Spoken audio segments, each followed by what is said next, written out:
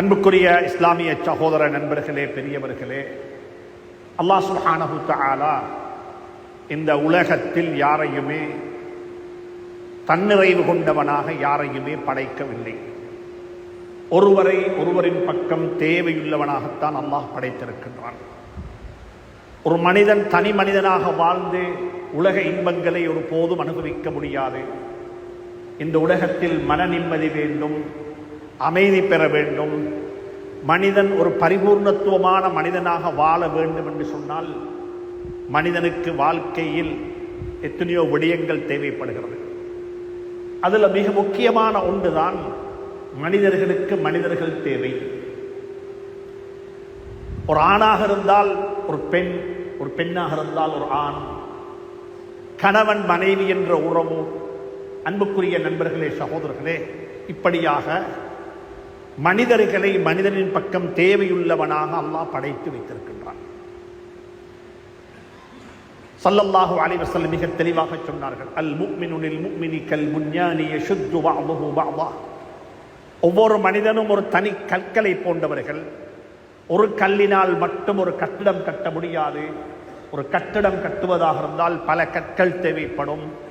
ஒவ்வொரு கல்லுக்கு மேல் ஒன்றை வைத்து அடுக்கும் பொழுது அது ஒன்றுக்கு ஒன்று பலமாக இருப்பது போலதான் முஸ்லீம்களுடைய வாழ்க்கை என்று சொல்லி ஸல்லல்லாஹு அலைஹி வஸல்லம் அவர்கள் எங்களுக்கு ஓமானமாக சுட்டிக்காட்டினார்கள்.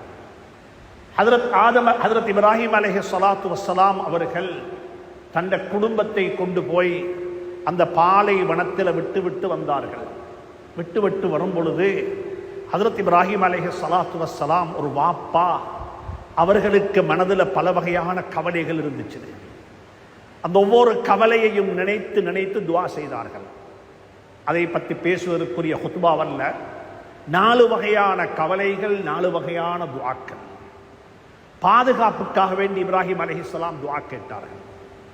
2வது துஆ கேட்டார்கள், என்னுடைய குடும்பத்தினுடைய ஆத்மீக வாழ்க்கை, என்னுடைய குழந்தைகளுடைய ஆத்மீகம் எப்படி கட்டி எழுப்பப்பட வேண்டும். ரப்பனா லியுகீமுஸ் ஸலாஹ், என்னுடைய குடும்பம், என்னுடைய மனைவியை நான் தனியே விட்டு போகின்றேன். இவர்களுடைய தொழுகைக்கு என்ன ஆகும்? இவர்கள் எப்படி தொழுது கொள்வார்கள்? இவர்களுக்கு யாரை இமாமத்து செய்வார்கள்? தொழுகையை எப்படி இவர்கள் நிறைவேற்றுவார்கள்? அதனால் இப்ராஹிம் அலைஹிஸ்ஸலாத்து வஸ்ஸலாம் அவர்கள் குடும்பத்தினுடைய தொழுகைக்காக வேண்டியும் துஆ கேட்டார்கள். 3வது துஆ கேட்டார்கள் இப்ராஹிம் அலைஹிஸ்ஸலாத்து வஸ்ஸலாம், என்னுடைய மகனையும் என்னுடைய மனைவியையும் தனிய ஒரு பாலைவனத்தில் விட்டு வருகின்றேன். தனிமையில் வாழப்போகிறார்கள். மனிதனுக்கு தனிமையில் வாழ முடியாது. மனிதன் இன்னொரு பக்கம் தேவையுள்ளவனாகத்தான் இருக்கின்றான். ஒரு குடும்பமாக, ஒரு சொசைட்டியாக, ஒரு சமூகமாகத்தான் மனிதன் வாழ வேண்டும்.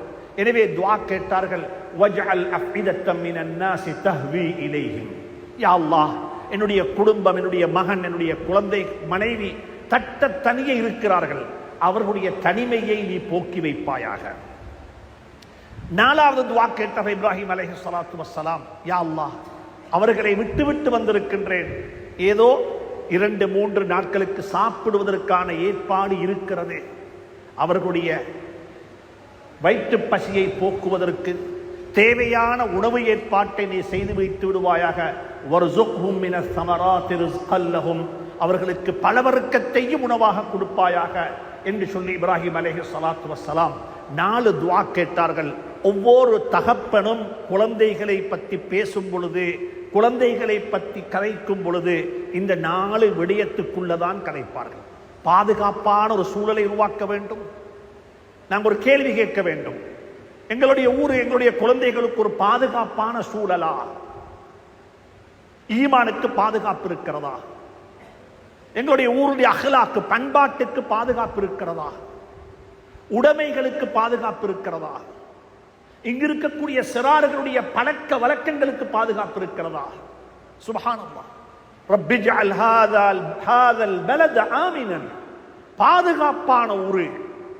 பாதுகாப்பு என்றால் வெறுமனே எதிரிகள் வந்து தாக்கிவிட்டு போவது மட்டுமல்ல. எதிரிகளுடைய தாக்கத்தை விடவும் மோசமான தாக்குதலாக மாறிவிட்டது நுளம்புகளுடைய தாக்குதல்.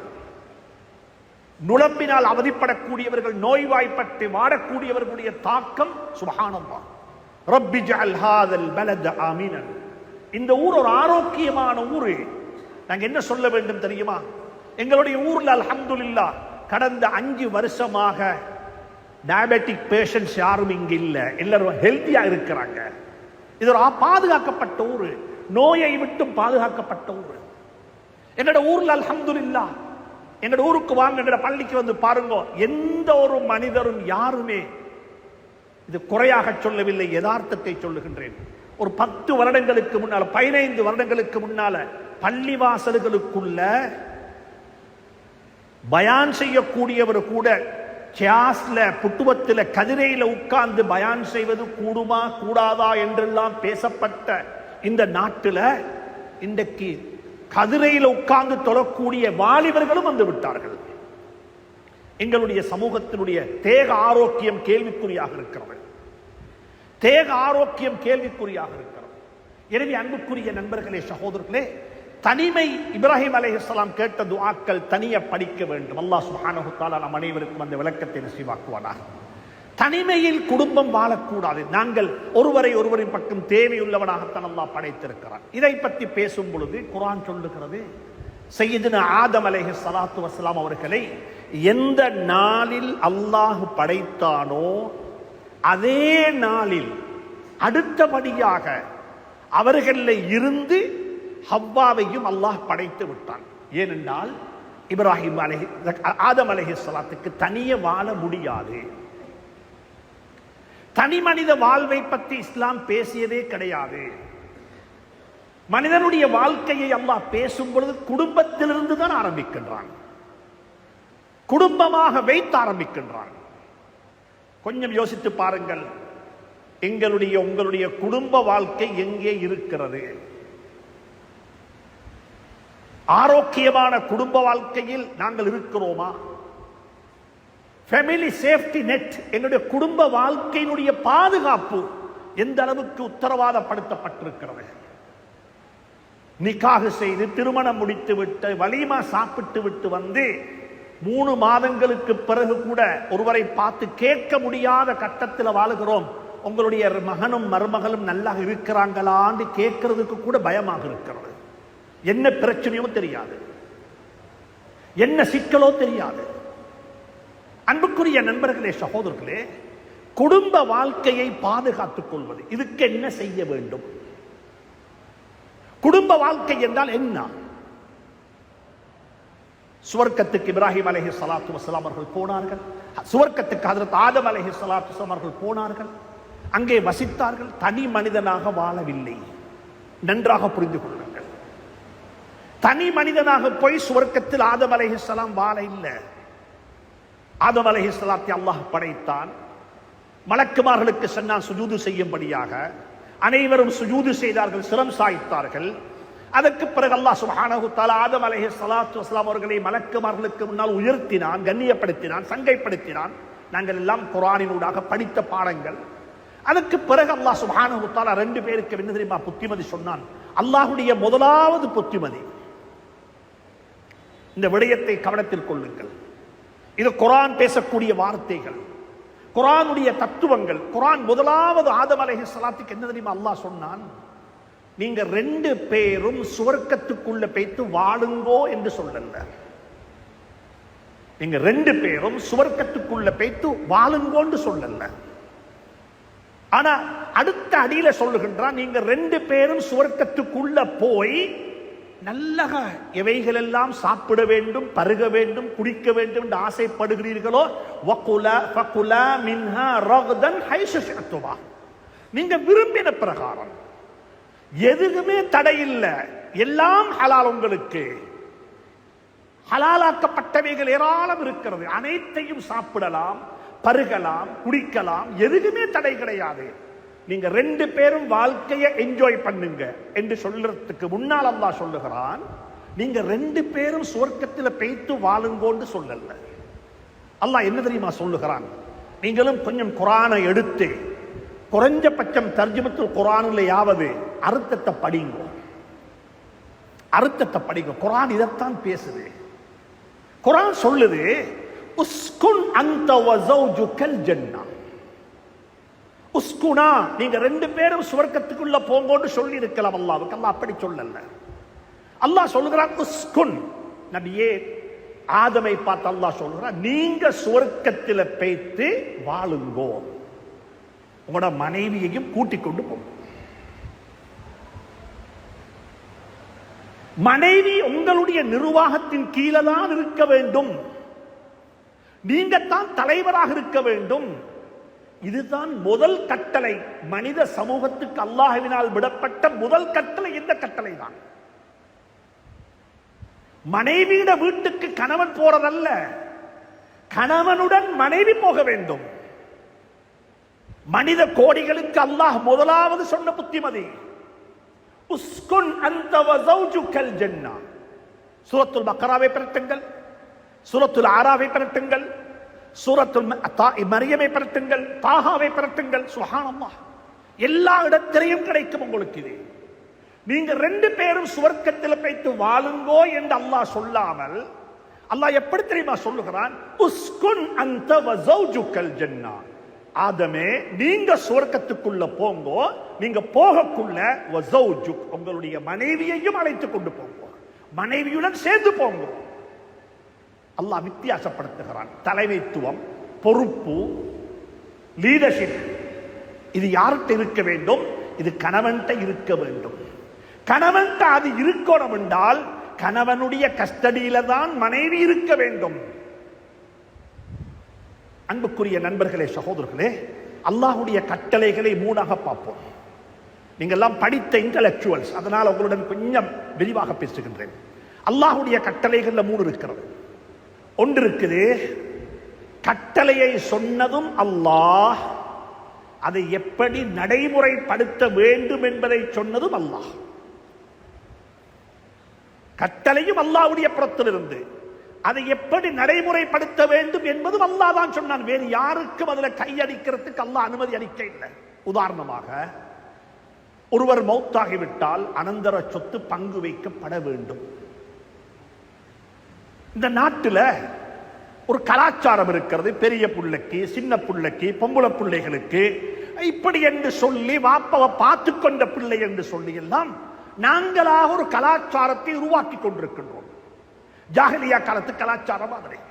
ஜாஹிலியா காலத்து கலாச்சாரம் என்னவென்று சொன்னால், ஒருவர் மௌத்தாகிவிட்டால் அவருடைய சொத்துக்கள்ல எந்த ஒரு சொத்தும் பெண்களுக்கு கொடுக்கப்பட மாட்டார்கள். பெண்களையும் சொத்தாக மாற்றி பிரித்துக் கொள்வார்கள். உனக்கு இந்த மகள், எனக்கு இந்த மனைவி, எனக்கு இந்த குழந்தை என்று சொல்லி சொத்தாக மாற்றி பெண்களை பிரித்துக் கொள்வார்கள். அப்படிப்பட்ட ஜாஹிலியா காலத்து பழக்க வழக்கத்தினுடைய அதாவது சாயல்கள் இந்த நாட்டில் இப்பையும் இருந்து கொண்டுதான் இருக்கிறது.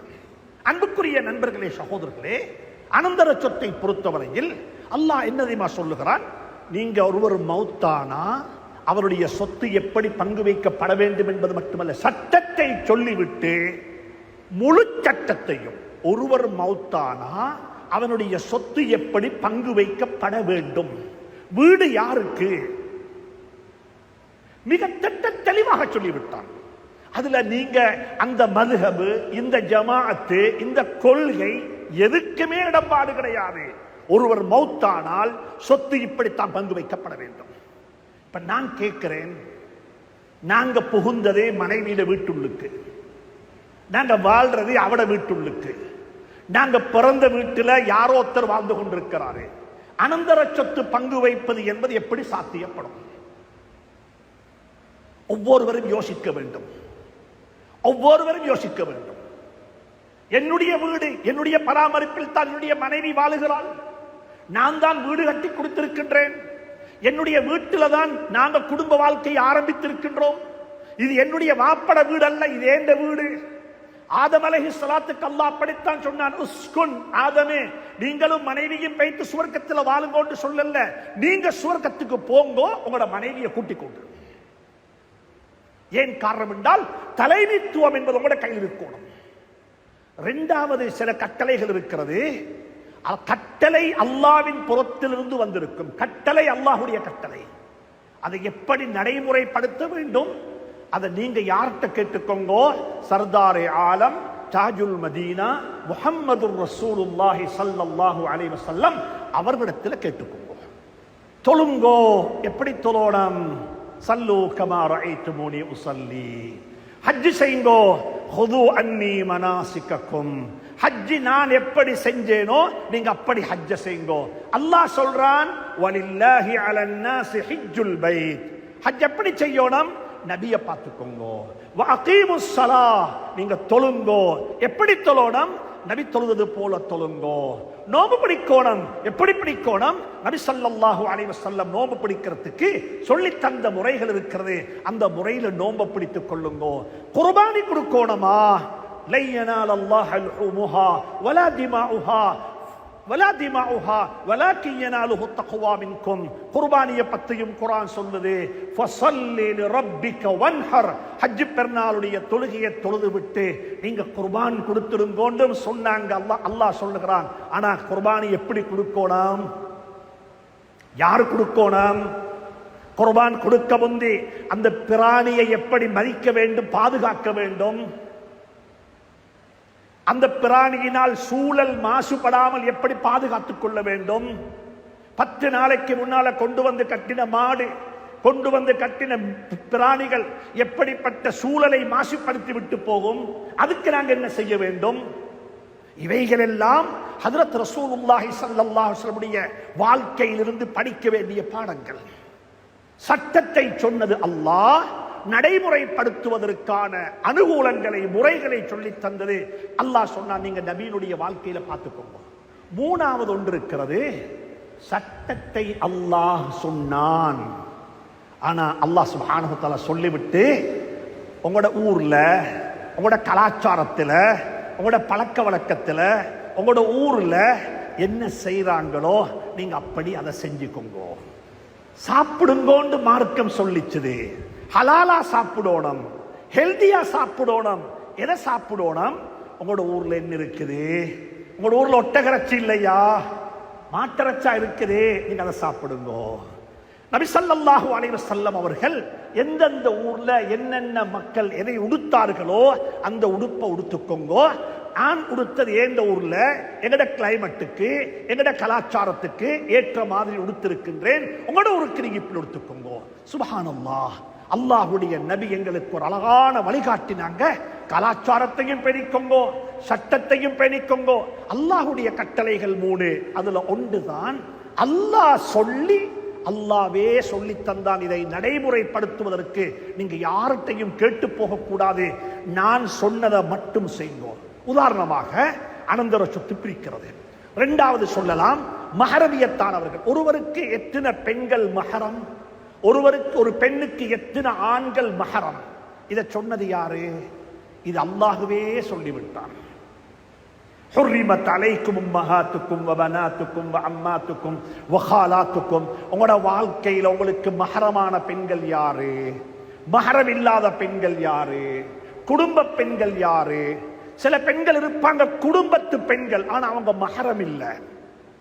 மஹரம் இல்லாத குடும்ப பெண்களை எப்படி நாங்கள் நடத்தாட்ட வேண்டும்? சில பெண்கள் மஹரம், குடும்பத்து பெண்கள் மஹரம், அவர்களை எப்படி நாங்கள் நடத்தாட்ட வேண்டும்? சில பெண்கள் மஹரமே இல்ல, அஜ்னபியத்தான பெண்கள், நாங்க அவருடன் எப்படி நடந்து கொள்ள வேண்டும்? நாங்க வேலை செய்யற இடத்துல பெண்களும் இருக்கிறாங்க, நாங்க வேலை செய்யற இடத்துல ஆண்களும் இருக்கிறாங்க, நாங்க எப்படி நடந்து கொள்ள வேண்டும்? وَوَجَدَ مِن دُونِهِمْ امْرَأَتَيْنِ تَذُودَانِ. குர்ஆன் அல்லாஹ் உதாரணம் சொல்லுகின்றான்.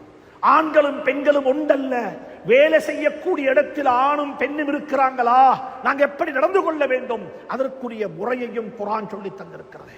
3வது ஒன்றையும் குர்ஆன் சொல்லுகிறது. கடன் வாங்க போறீங்களா, கடன் கொடுக்கிறதுக்கு முன்னால உள்ள ஹதீஸ் மார்க்கம் இருக்குதே, அதையும் அல்லாஹ் சொல்லித்தான். நானே சொல்லி முடிக்கிறேன், அதை இன்னும் ஒருத்தர் சொல்ல வானம். கடன் கேட்கிறீங்களா ஒருத்தர்கிட்ட, கடனுக்கு முந்தி உள்ள சட்டம் என்ன? எங்களுக்கு அந்த சட்டமே தெரியும். நாங்கள்லாம் கிபிலாவை முன்னோக்காம தொழுகிறாக்கள் மாதிரி, ஒது இல்லாம தொழுகிறாக்கள் மாதிரி.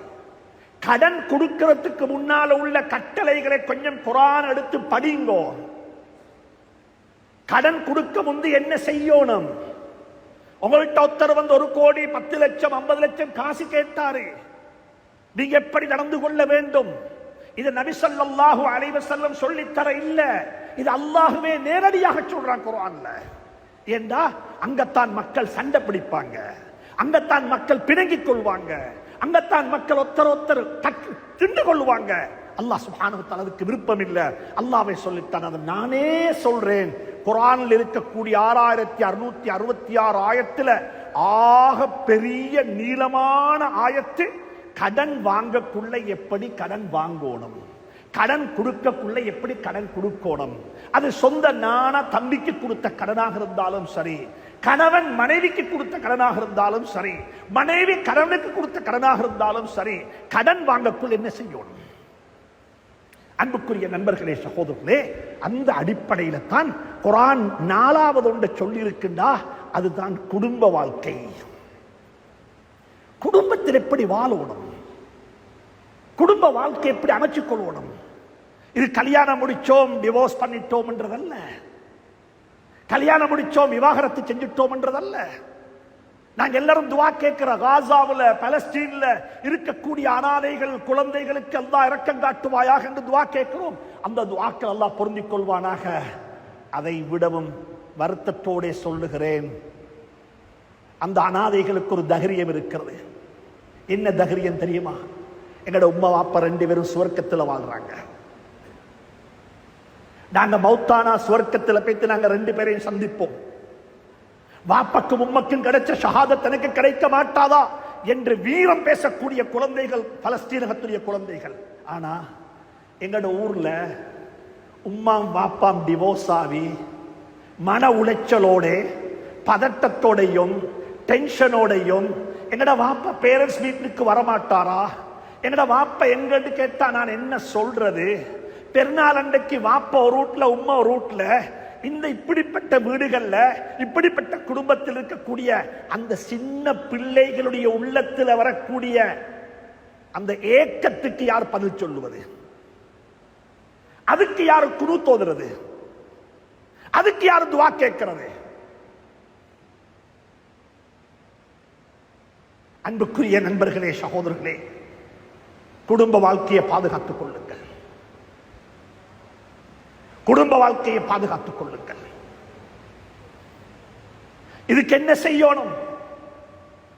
முதலாவது அவேர்னஸ், விழிப்புணர்வு தேவை. குடும்ப வாழ்க்கையினுடைய முக்கியத்துவம் என்ன?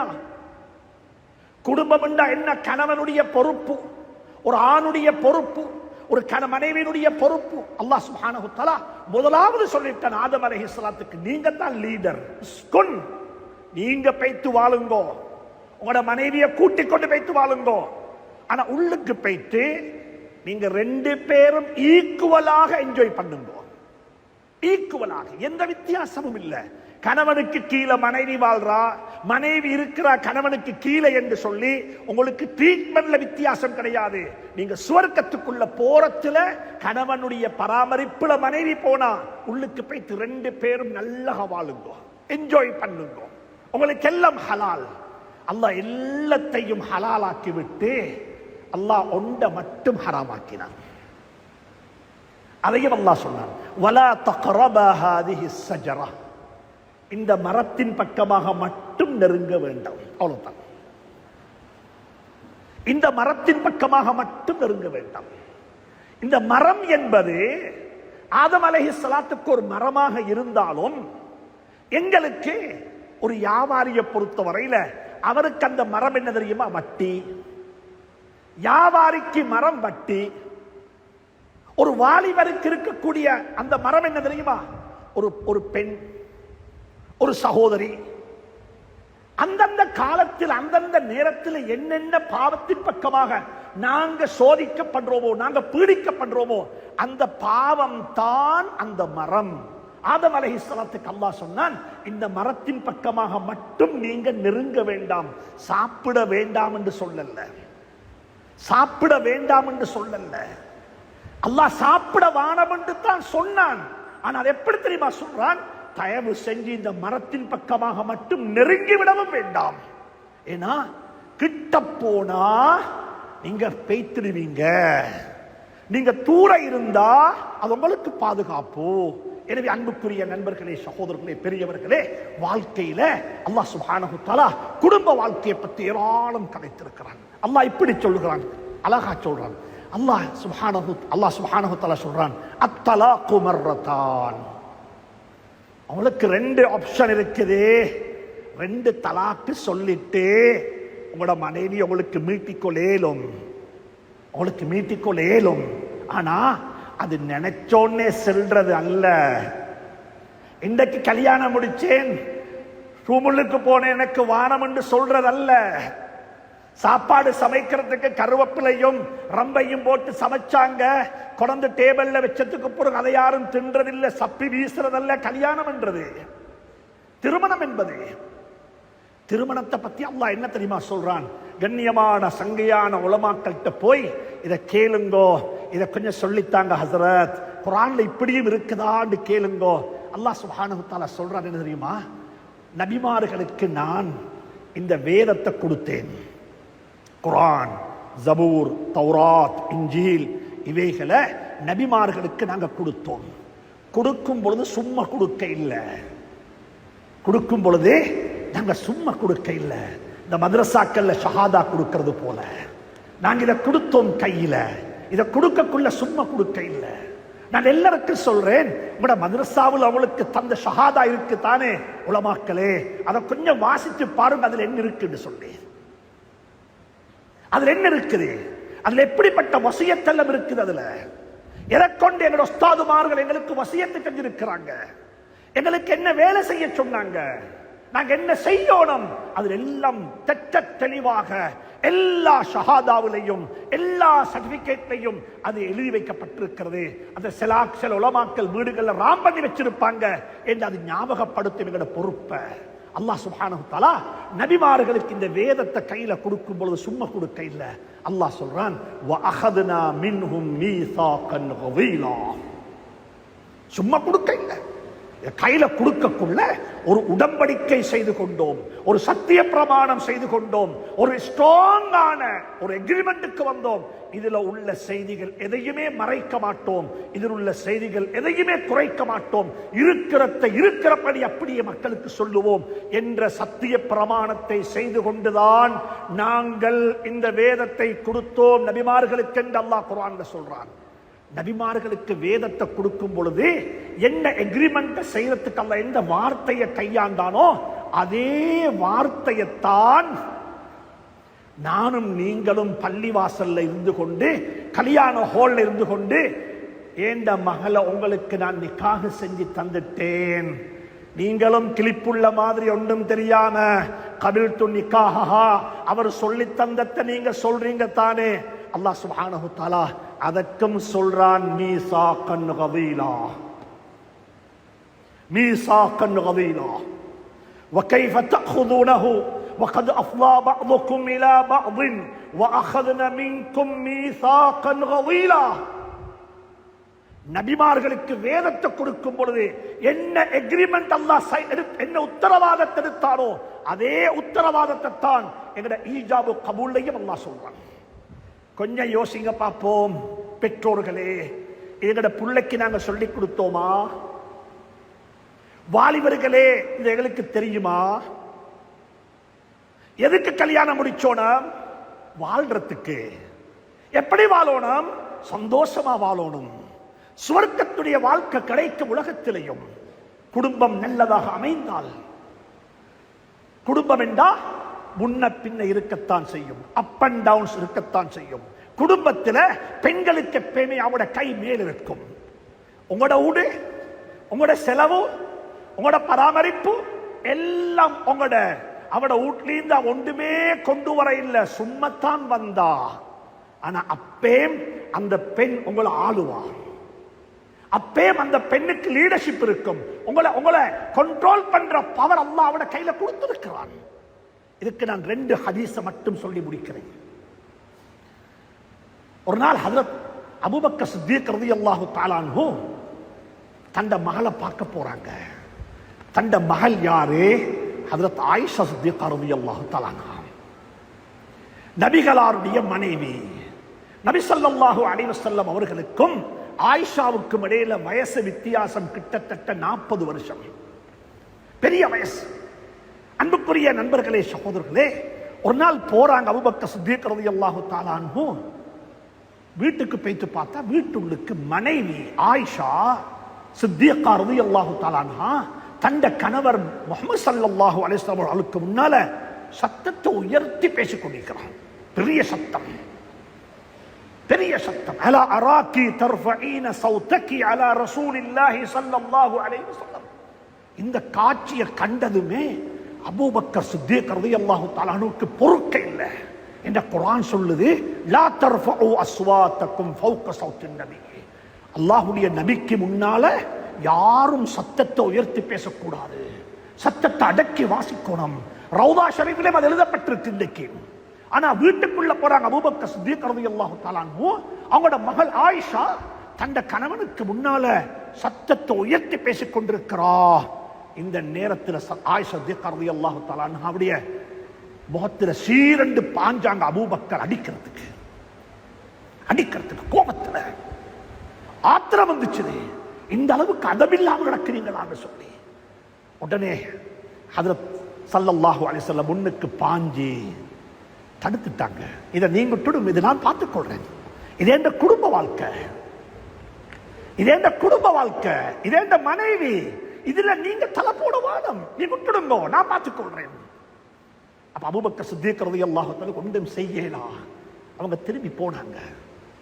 திரும்பி போனதுக்கு பிறகு ஹஜ்ரத் ஆயிஷா சித்திகா ரலியல்லாஹு தஆலா அன்ஹாவை பார்த்து ஸல்லல்லாஹு அலைஹி வஸல்லம் ஒரு அழகான வார்த்தை சொன்னாங்க.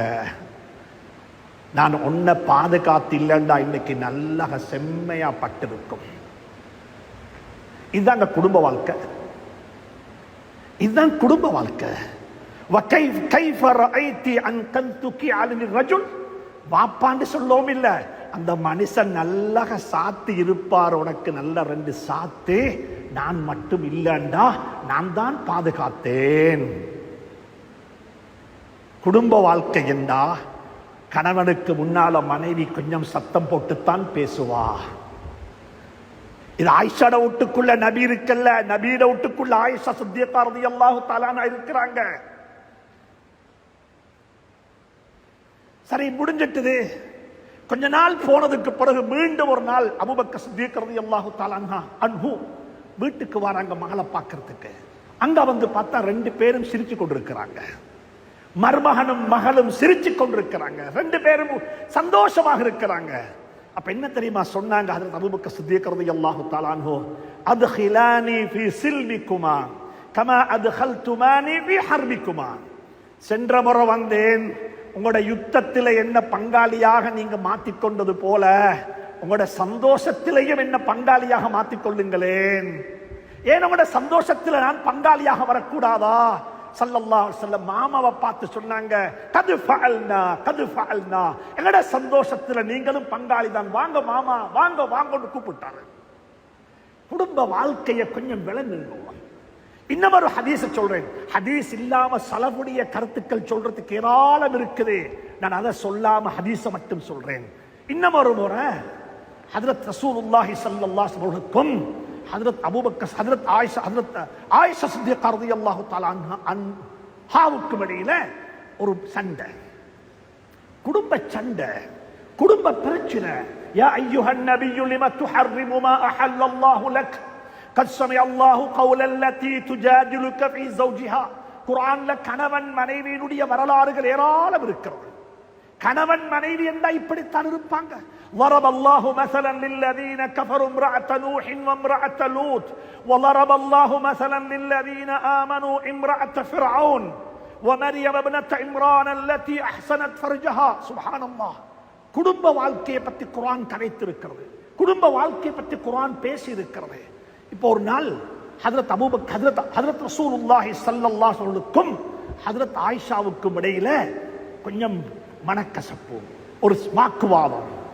இப்ப ஆயிஷா சித்திகா ரலியல்லாஹு தஆலா அன்ஹா சொன்னாங்க, இது எங்கட வாப்பாவை கொண்டு வந்து தான் தீக்கோணம், எங்கட வாப்பாட்ட இதை நாங்க 2 பேரும் சொல்லுவோம், எங்கட வாப்பத்தார ஜட்ஜ்மெண்ட்டை நாங்க என்ன செய்வோம், நாங்க பொறுப்பேற்றுக் கொள்வோம் என்று சொல்லி முடிவுக்கு வந்துட்டாங்க. ஸல்லல்லாஹு அலைஹி வஸல்லம் உடன்பட்டுட்டாங்க. பிரச்சனை இல்லை.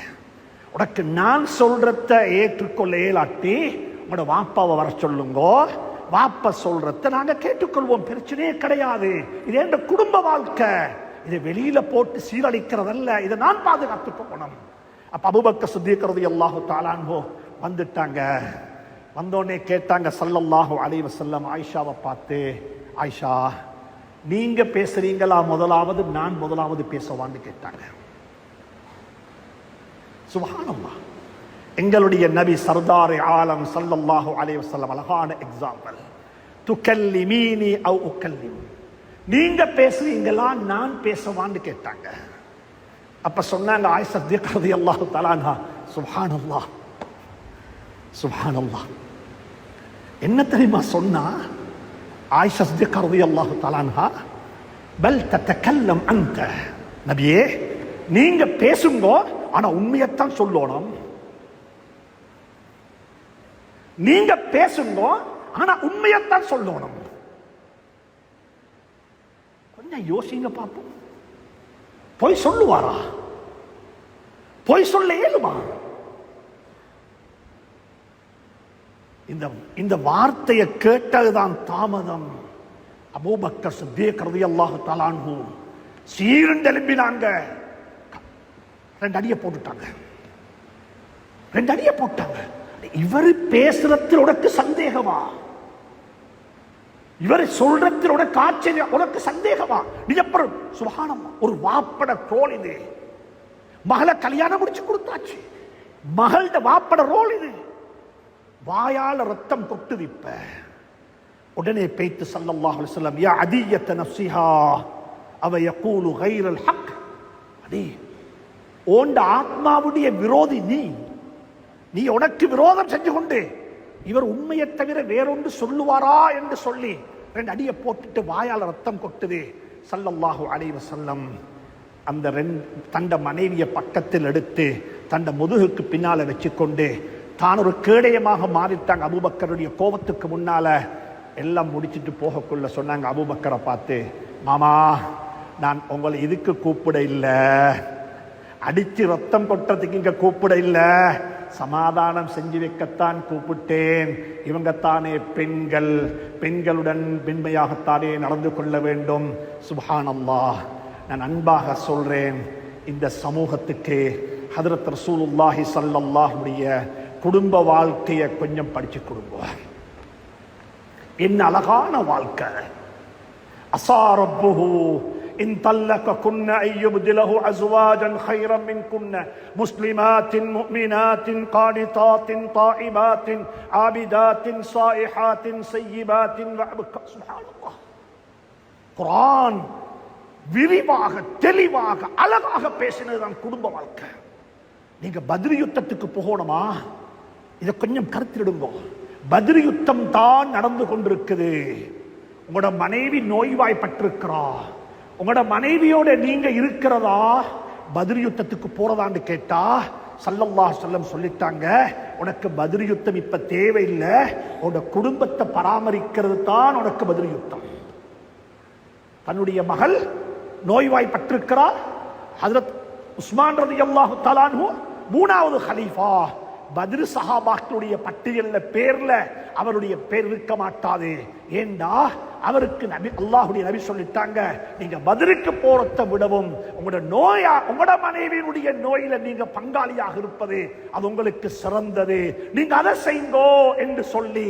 அன்புக்குரிய நண்பர்களே, சகோதரர்களே, குடும்ப வாழ்க்கைக்கு ஸல்லல்லாஹு அலைஹி வஸல்லம் கொடுத்த முக்கியத்துவம் இதை பத்தி மிச்சம் விரிவாக பேச வேண்டும். இஅ்திகாஃபில் இருக்கிறாங்க ஸல்லல்லாஹு அலைஹி வஸல்லம், இஅ்திகாஃபில் இருக்கிறாங்க ஸல்லல்லாஹு அலைஹி வஸல்லம், பள்ளியை விட்டு வெளியே போகவே மாட்டாங்க கடைசி 10 நாட்கள்ல.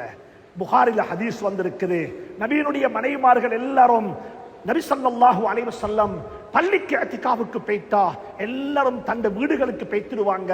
ஆனா ஒரே ஒரு பெண் இருந்தா, அந்த பெண்ணுடைய பேரு சஃபியா பின்த் ஹுயை ரலியல்லாஹு தஆலா அன்ஹா. அந்த பெண் இஸ்லாத்துக்கு வந்த பெண், ஒரு யூத பெண். அந்த பெண்ணுக்கு குடும்பங்கள் யாரும் இல்ல, அந்த பெண் தட்டத்தனியே இருந்தாங்க.